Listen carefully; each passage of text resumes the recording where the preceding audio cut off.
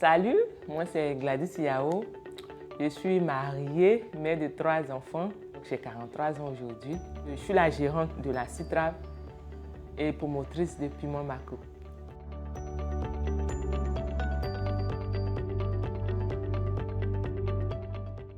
La Citrave, c'est la Société ivoirienne de transformation du vivrier.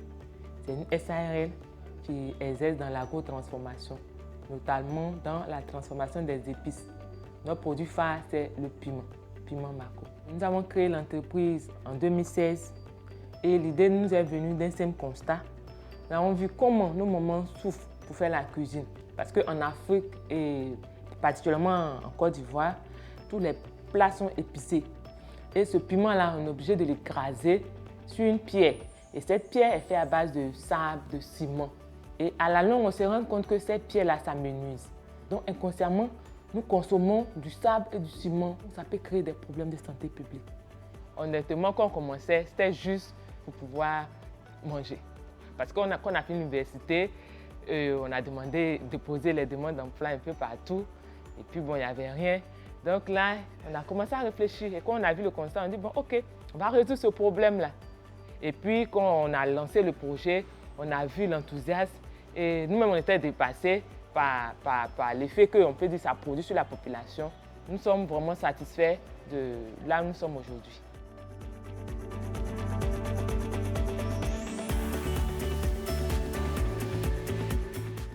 Nous avons 6 produits. Notre produit phare, c'est le piment Mako. Ensuite, il y a le poivre Mako, il y a le soumara Mako, il y a le féfé Mako, le djaba Mako et puis le welepia Mako. Nous sommes une équipe dynamique composée de 30 personnes, 21 commerciaux. Il y a 2 à la direction et puis il y a 6 à la production et puis bon, il y a nous 2. Comment on fonctionne? On achète le piment déjà sec avec les productrices de piment. Ensuite, quand ça arrive à l'entreprise, il y a l'étape de triage. On trie tout ce qui est éléments étrangers, les pédoncules, on enlève tout ça. Ensuite, on passe au broyage. Et le piment, quand il sort du moulin, il est très chaud, tout fumant. Donc, on l'étale un peu. C'est l'étape du refroidissement. Et quand il est refroidi, on met ça dans les bacs et on envoie à la salle de production. Là-bas, il y a des ensachés. Chaque produit a sa machine. Donc, le piment, lui seul, il a 2 machines. Pour la mise en sachet, on fait des chapelets de 26 sticks. Ensuite, on fait des paquets de 8 chapelets. Ça fait un total de 204 sticks dans le paquet. Et après, on les stocke. Les commerciaux d'Abidjan, ils viennent prendre et puis ils s'en vont vendre. Maintenant, pour ceux de l'intérieur, là, on fait des colis qu'on dépose au cas de transport en commun là, pour les convoyer vers les différentes villes.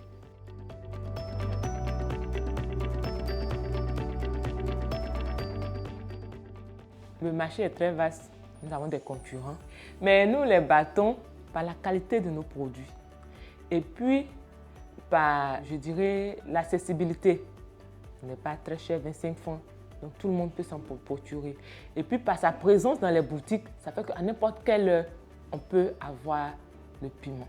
La particularité des produits Mako également se trouve au niveau de la présentation. Parce que les dames, de façon traditionnelle, elles attachent leur piment généralement dans du papier qui, à la longue, prend vite l'humidité et le produit ne peut pas durer.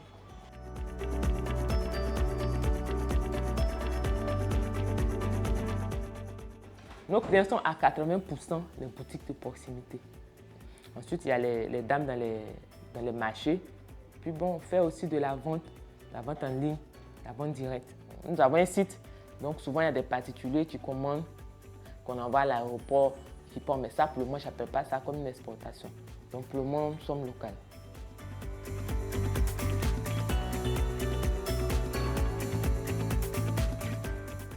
Nos partenaires clés sont d'abord nos fournisseurs matières premières, c'est-à-dire les productrices de piment.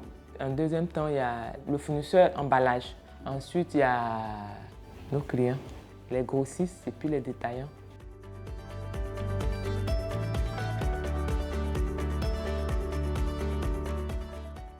On tournait autour de 15 millions, 17 millions, 20 millions. Mais en 2019, nous avons fait 30 millions de chiffre d'affaires. Après le prix Pierre-Castel, nous avons fait 48 millions. En 2020, nous avons fait 48 millions.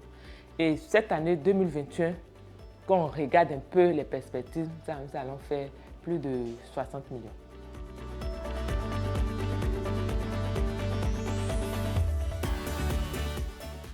La performance financière de la Citrave vient du fait que son produit est accessible à toutes les couches.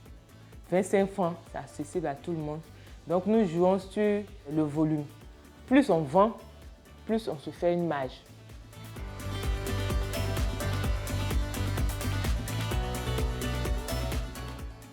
Aujourd'hui, notre entreprise est rentable à cause de la qualité du produit. Parce que le client, quand il achète le produit, il n'aime pas le client B, il est satisfait. Le client B également est satisfait, il n'aime pas le client C, ainsi de suite. Donc nous avons eu une certaine notoriété à cause de la qualité de notre produit. Au départ, on avait 3 commerciaux. Plus la demande est devenue forte, plus on a recruté jusqu'à avoir aujourd'hui 21 commerciaux. Donc on a créé de l'emploi.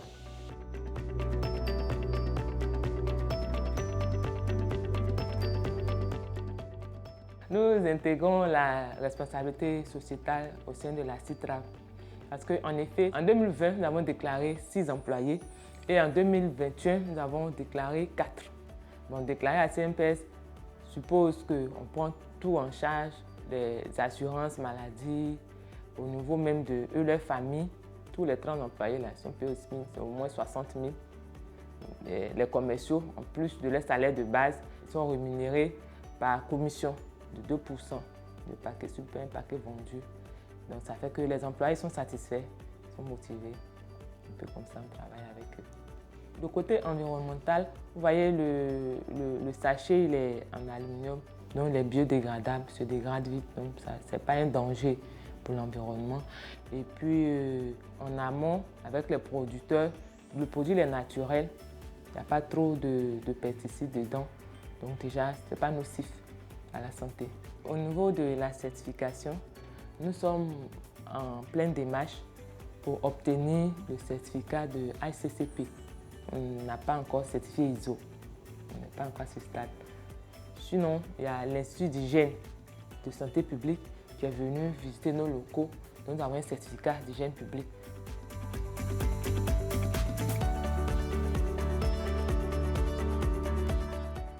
Les facteurs politiques, quand la situation n'est pas stable, évidemment, on ne peut pas sortir pour vendre. Et puis, il y a le climat aussi. Quand le temps est ensoleillé comme ça, nous, on est contents. Mais quand il pleut, en tout cas, ça nous freine un peu parce que le commercial ne peut pas vendre. Et puis, au niveau aussi de la production, la matière ne peut pas être bien sec. Il y a des périodes où il n'y a pas de piment en Côte d'Ivoire. Parce que le piment, il est saisonnier. Voilà, quand c'est comme ça, on va jusqu'au Mali pour en prendre avec les producteurs de là-bas.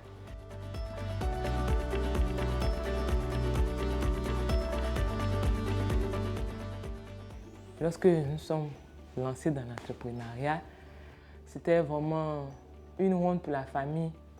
Parce que je suis l'aîné de la famille. Quand maman me voit entrer devant un piment comme ça, elle a eu des larmes aux yeux. Comment sa fille comptait sur elle. C'était vraiment une humiliation pour elle. Et puis au niveau du marché, ça n'a pas été facile.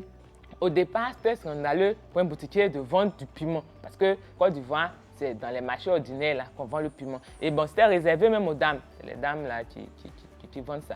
Donc il a fallu un travail en arrière un peu, faire du porte-à-porte, présenter le produit.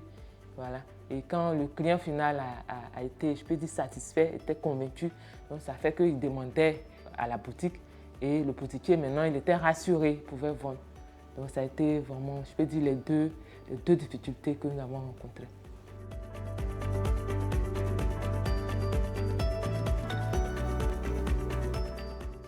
Notre prochain défi à court terme, c'est de faire les grands formats, les 500 grammes et les 1 kg. Parce que les clients demandent. Et on a vu que pour le faire, il faut changer d'appareil, de conditionnement. Il faut revoir l'emballage.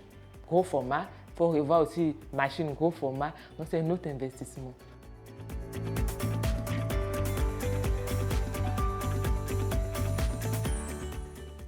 S'il y a un jeune qui veut se lancer dans l'entrepreneuriat, je vais lui dire, c'est une très bonne chose.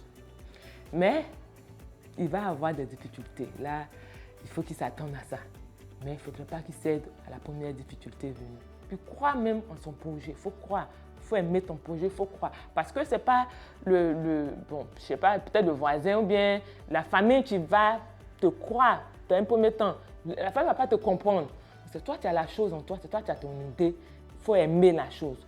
Et puis, savoir en parler. Voilà, croire en son projet et puis se lancer dedans. Et puis, Dieu va faire le reste.